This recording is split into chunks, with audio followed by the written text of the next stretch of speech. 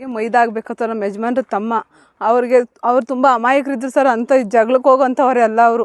ಇವ್ರ ಗಂಡು ಮಕ್ಳಿಗೆಲ್ಲ ಅವರೇ ಜಾಸ್ತಿ ಅಮಾಯಕರು ಅಂತ ಇದ್ದಿದ್ದು. ಅವ್ರ ಟೀ ಅಂಗಡಿಯಿಂದನೇ ಅವ್ರ ಜೀವನ ನಡೀತಾ ಇತ್ತು.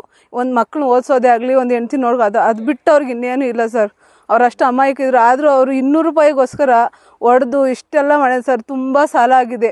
ಆ ಮಕ್ಕಳಿಗೆ ಸಾಲ ತೀರಿಸೋರು ಯಾರೂ ಇಲ್ಲ ಸರ್. ಇವತ್ತು ನಾವೇನೋ ಸಣ್ಣ ಪುಟ್ಟ ಹೆಲ್ಪ್ ಮಾಡ್ಬೋದು ಅಷ್ಟೇ. ಜೀವನ ಪರ್ಯಂತ ಅವ್ರ ಮಕ್ಕಳಿಗೆ ಆಧಾರ ಏನೂ ಇಲ್ಲ ಸರ್. ಅವ್ರಿವಾಗ ನಾವು ಏನನ್ನ ಎಲ್ಲ ಕೈ ಬಿಟ್ರು ಅವ್ರು ವಿಷ ಕುಡಿದು ಸಾಯೋ ಪರಿಸ್ಥಿತಿಲಿ ಇದ್ದಾರೆ ಸರ್.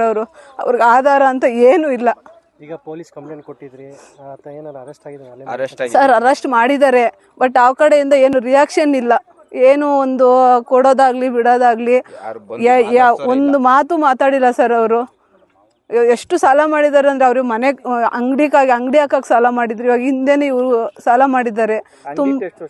ಸರ್ 2.5 ವರ್ಷ ಆಗಿದೆ. ಅವ್ರು ಇವತ್ತು ಒಂದು ಜಗಳ ಆಗಿಲ್ಲ ಸರ್. ಅಲ್ಲಿ ಇವ್ರು ಬರೀ 200 ರೂಪಾಯಿಗೋಸ್ಕರ ಕೇಳಿದ್ದಕ್ಕೇನೆ ಅವ್ರ ಹಿಂದೆಯಿಂದ ಬಂದು ಹೊಡೆದು ಬುಲ್ಡೆ ಎಲ್ಲ ಚೂರಾಗಿದೆ. 3 ಆಸ್ಪತ್ರೆಗೆ ಕರ್ಕೊಂಡೋಗಿ ತುಂಬ ಖರ್ಚು ಮಾಡಿದ್ದೀವಿ. ಅವರು ಖರ್ಚು ಮಾಡವ್ರೆ, ಸಾಲ ಮಾಡಿ. ಈಗ ಅವರು ಇನ್ನೇನು ಮುಂದಕ್ಕೆ 10 ರೂಪಾಯಿ ನಾವು ಖರ್ಚು ಮಾಡಬೇಕು ಅಂದರೆ ಅವ್ರ ಹತ್ರ ಏನೂ ಇಲ್ಲ ಸರ್. ಈಗ ತುಂಬ ಇದಾಗೋಗಿದೆ ಅವ್ರಿಗೆ. ಜೀವನ ಅವ್ರಿಗೆ ನಡಿಬೇಕು ಅಂದರೆ ಏನಾದರೂ ಪರಿಹಾರ ಇದ್ದರೆ ಮಾತ್ರ ಅವರು. ಇಲ್ಲ ಅಂದರೆ ಎಲ್ಲರೂ ಮನೆ ಮುಂದೆ ವಿಷ ಕುಡಿದು ಸಾಯ್ಬೇಕು ಅಷ್ಟೇ ಅವ್ರದ್ದು ಇರೋದು ಪರಿಹಾರ. ಇನ್ನೇನು ಇಲ್ಲ ಸರ್. ನಿಮ್ಮ ಹೆಸರು? ಸುವರ್ಣಮ್ಮ ಸರ್.